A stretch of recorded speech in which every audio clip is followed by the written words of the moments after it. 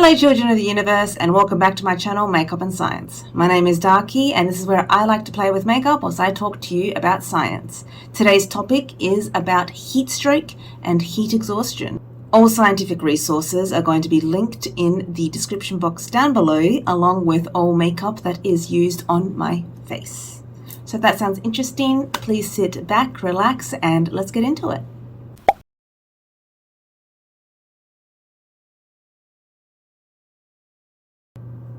So, heat stroke is a medical emergency, and that is when the body overheats so much that it can no longer regulate its own body temperature and it can't cool off anymore, which is also known as hypothermia.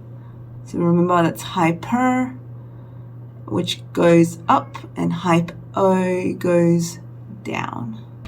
So the healthy temperature for the human body, depending on like what hospital you go to, because different hospital policies have different ranges of concern. Anyway, so it's generally between 35.5 and 37.5. When the body goes below 35 degrees, that is hypothermia. And when it gets to 32 degrees Celsius, that's when it becomes, life-threatening.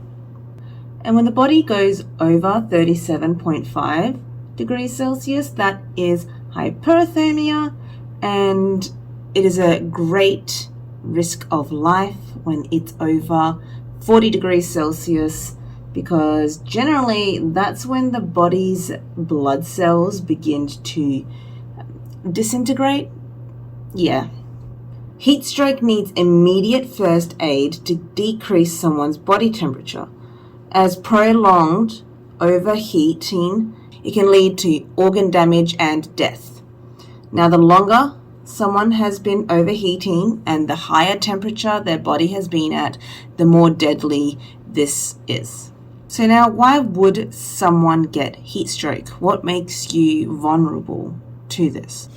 So heat stroke is caused when your body is exposed to heat for a long time, or your body produces a lot of heat and then you're not able to cool down. You're not able to get rid of that heat that it is producing. So you can get heat stroke from working or exercising outside in the sun, in the heat, or even indoors where there's no bad air circulation, it's overheating and you're not drinking enough water and you've already sweated out all your water reserves and you can no longer cool down. You are at high risk if you are over 75 years old or very young, such as children and babies, pregnant or breastfeeding, overweight, not physically fit, homeless or isolated, wearing excessive amounts of clothing, affected by a chronic health condition or infection, and taking medications that cause dryness or make you sweat less. So what are the symptoms of heat stroke? Now, heat stroke, like I said, is another word for hyperthermia. Now, the lesser degree of hyperthermia is heat exhaustion. So I'm going to stop saying heat stroke because it's going to get confusing saying heat stroke and heat exhaustion all the time. So I'm just going to change to hypothermia for heat stroke and heat exhaustion for the lesser form of it. So let's first talk about the symptoms of heat exhaustion, because if you notice someone has gone into heat exhaustion, you better start acting fast so it does not develop into hypothermia. So this is a very important one to remember. Heat exhaustion is the complete opposite of hypothermia when you have sweating a lot and have pale, cool, damp skin, whereas hypothermia is no sweat and they're red hot and burning to touch. So this is where you're going to go from heat stroke, we're going to go from heat exhaustion, and we can treat that more easily because someone is very pale and sweating a lot. But if it's already transitioned into no sweat and they're red hot to touch and they look red, you're in the danger zone. Just call 000. Just get to emergency ASAP. Okay. Now the other symptoms of heat exhaustion include dizziness and weakness, nausea and vomiting, a rapid pulse and fast, shallow breathing, muscle cramps, fainting, feeling restless and anxious, and can develop a heat rash. So if heat exhaustion changes into hypothermia, you will notice the change in these symptoms. So as I mentioned, no sweat, red, hot skin to touch, and then a very dry and swollen tongue, like it's difficult to swallow. They'll be like, I've seen it where they say they put the tongue out and it looks leathery. It is such an odd sight, but that is true dehydration. When you see someone's tongue sticking to their mouth and it's swollen and looks leathery, that's dehydration. Intense thirst, like they are so thirsty, and doesn't matter how much they drink, they still feel thirsty. Slurred speech, problems coordinating movements, because remember, you're overheating and your brain starts malfunctioning. Aggressive or strange behavior. Seizures are possible, especially in children. A high temperature in children can lead to seizures very quickly, and it's very scary. So it's not as common, as you get older. It's definitely babies and young children by the age of 5 and up, it sort of stops. But even just like a low-grade fever, when they get sick or something, you may have a child that has a seizure, and it's really scary just because their body's overheating and they can't deal with it. And then obviously confusion and loss of consciousness with anyone. So the best thing to do is to avoid hypothermia at all costs. So how do you treat heat exhaustion and prevent hypothermia? For starters, get the person out of the sun. Just remove them from the hot situation, the hot environment that they are in.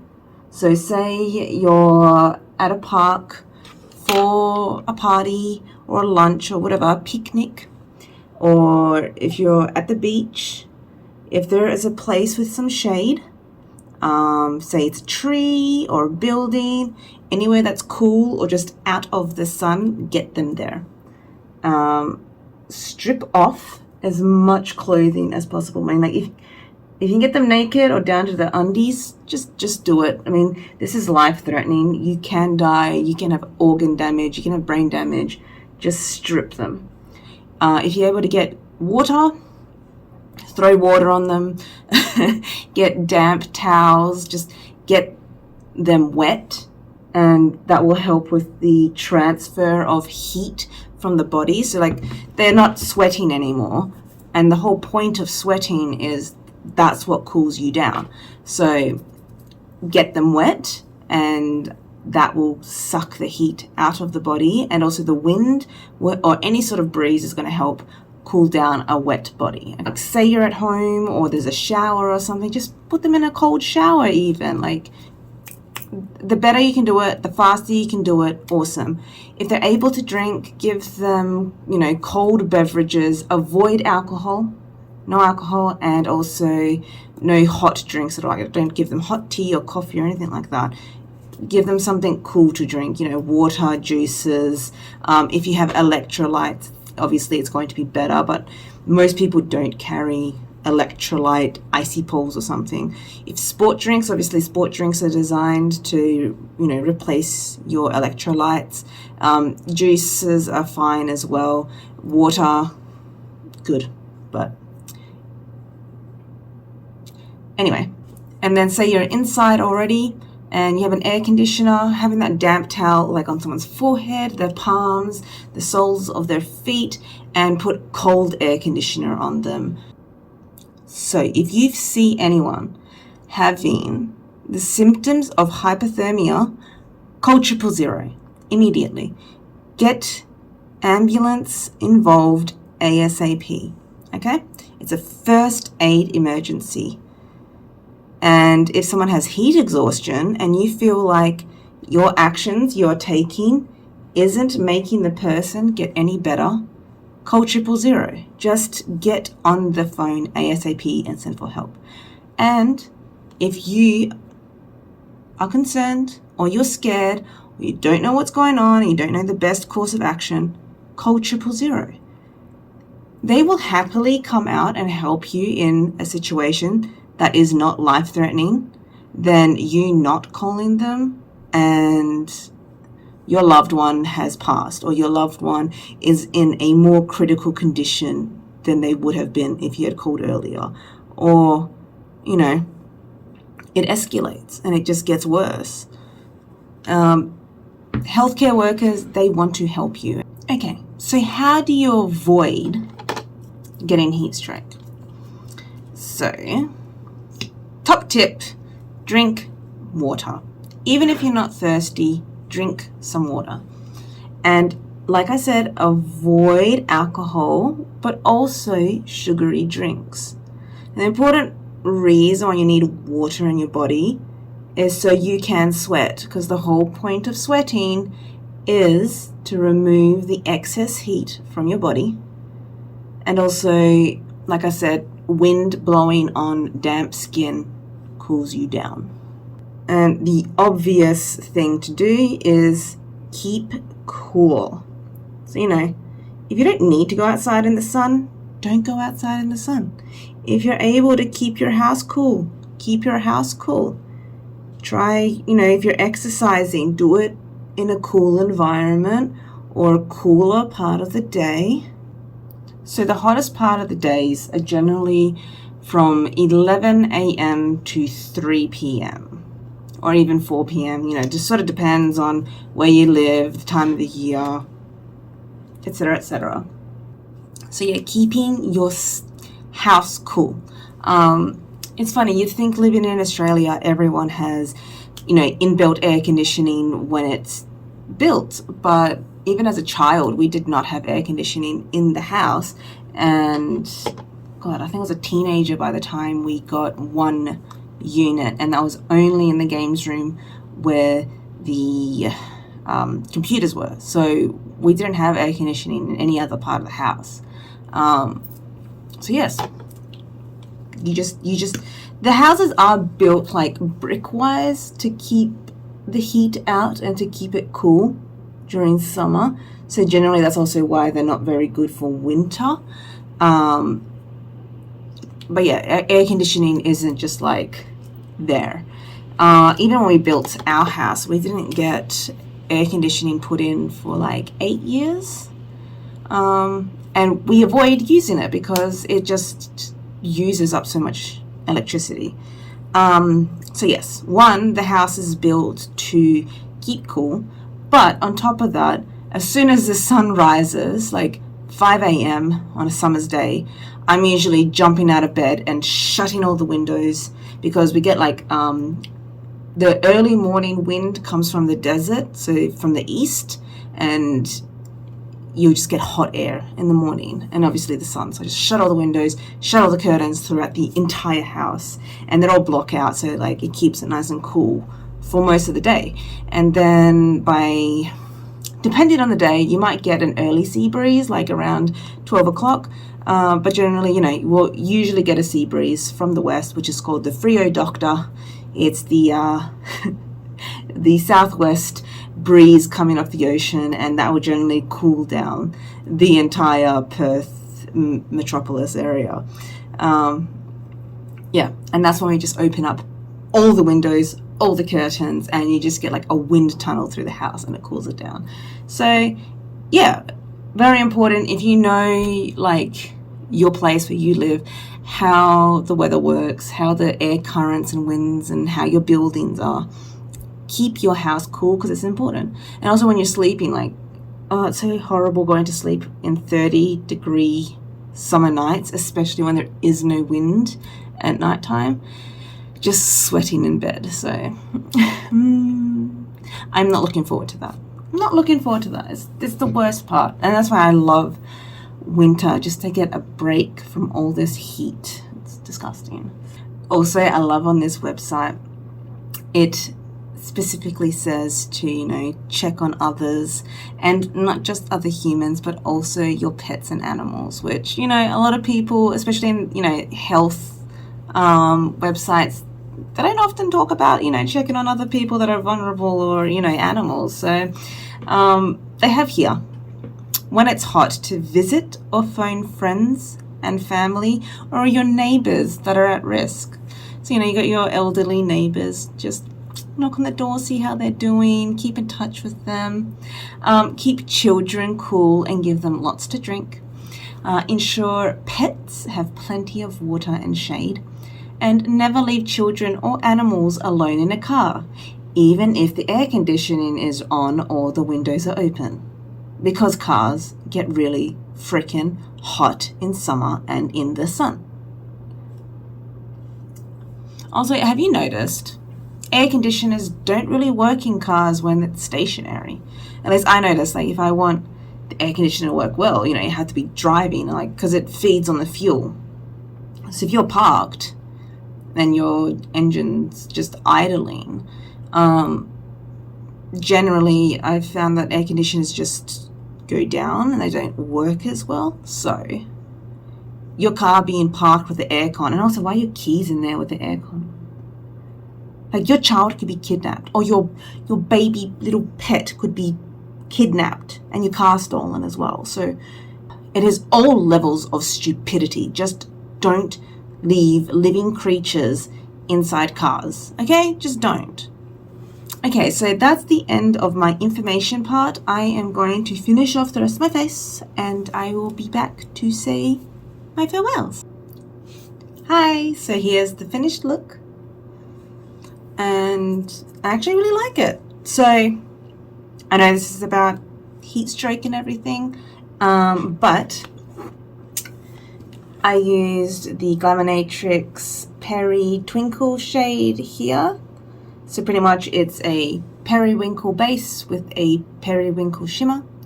And I had to actually redo this video. So I recorded it once already and it was just pretty much terrible. So this is the re-recording, and I wanted to do a different look, and I actually really like how this came out. And I wanted to use the red because obviously we're talking about heat stroke and heat exhaustion, you know, things that you can get in the sun or in an enclosed space. But I really love how this turned out, and it's a very summer look. And you know what, I'm excited for summer this year.